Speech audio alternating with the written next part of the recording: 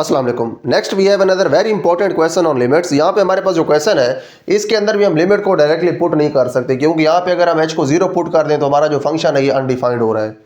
तो हमें इसको थोड़ा सा मॉडिफाई करना पड़ेगा और उसके बाद हमें लिमिट को कैलकुलेट करना पड़ेगा। अब इससे पिछले जो क्वेश्चन थे उनके अंदर तो हम फंक्शन के जो न्यूमरेटर थे और डिनोमिनेटर थे उनकी हम करते थे फैक्टराइजेशन, कुछ फैक्टर्स को कैंसिल करते थे और लिमिट को हम कैलकुलेट करते थे। लेकिन यहाँ पे हम देख सकते हैं कि फैक्टराइजेशन तो हो नहीं सकती, लेकिन यहाँ पे हमारे पास एक नया स्ट्रक्चर आया है जो इससे पहले हमारे पास किसी भी क्वेश्चन में नहीं आया। वो जो स्ट्रक्चर है उसको जरा आप समझें। यहाँ पे दो टर्म्स हैं, एक हमारे पास ये टर्म है, दूसरी हमारे पास ये टर्म है और उनके दरमियान माइनस है।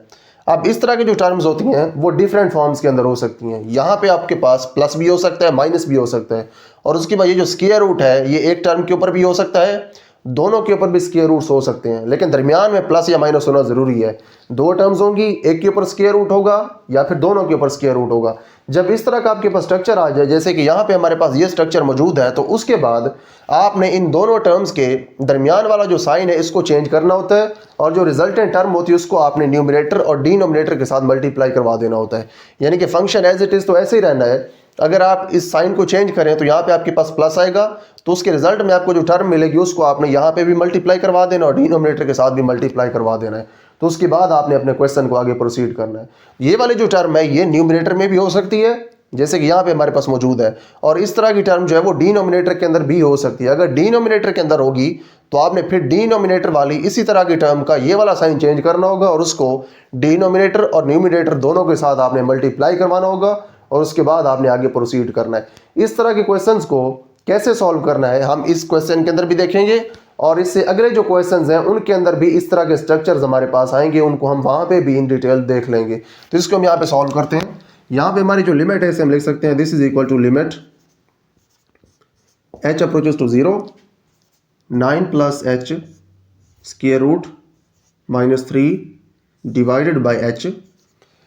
तो यहाँ पे आपके पास जो न्यूमरेटर है इसके अंदर आपके पास वही टर्म है जिसका हमने कहा है कि साइन चेंज करके मल्टीप्लाई करवाना होता है। आपने ये वाला साइन जो दो टर्म्स के दरमियान मौजूद है इसको आपने चेंज करना है और आपने इसको मल्टीप्लाई करवा देना है न्यूमरेटर के साथ भी और डिनोमिनेटर के साथ भी।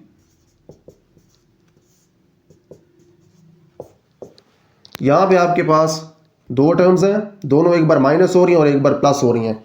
तो यहाँ पे आप जो फार्मूला अप्लाई करेंगे वो ये है कि अगर दो टर्म्स हों ए और बी, एक बार वो माइनस हो रही हों और एक बार वो प्लस हो रही हों, तो उनको आप लिखते हैं ए square minus B square.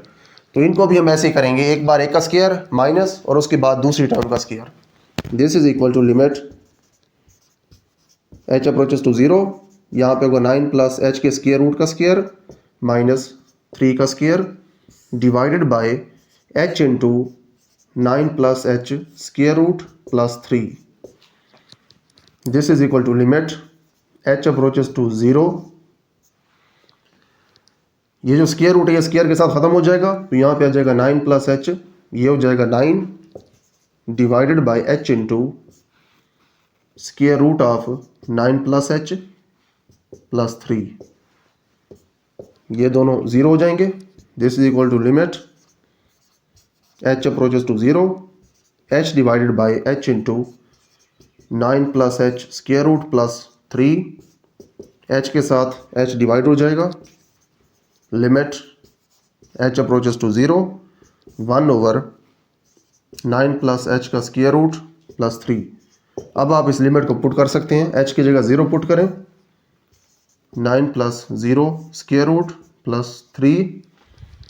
This is equal to 1 divided by square root of 9 plus 3, this is equal to 1/3 + 3 and this is equal to 1/6। तो यहाँ पे आपके पास ये लिमिट कैलकुलेट हो गई है। इस क्वेश्चन के अंदर हमने एक न्यू टाइप का स्ट्रक्चर देखा है और हमने देखा है कि इस तरह के स्ट्रक्चर्स को हमने कैसे सॉल्व करना होता है। इस तरह के जो स्ट्रक्चर्स हैं इनके और क्वेश्चंस हमारे पास इससे अगली वीडियोस के अंदर आएंगे, तो इनको हम वहाँ पे भी इन डिटेल देख लेंगे। तो यहाँ पे हमारे पास ये क्वेश्चन कंप्लीट हो गया है। See you in the next video with some other very important question on limits.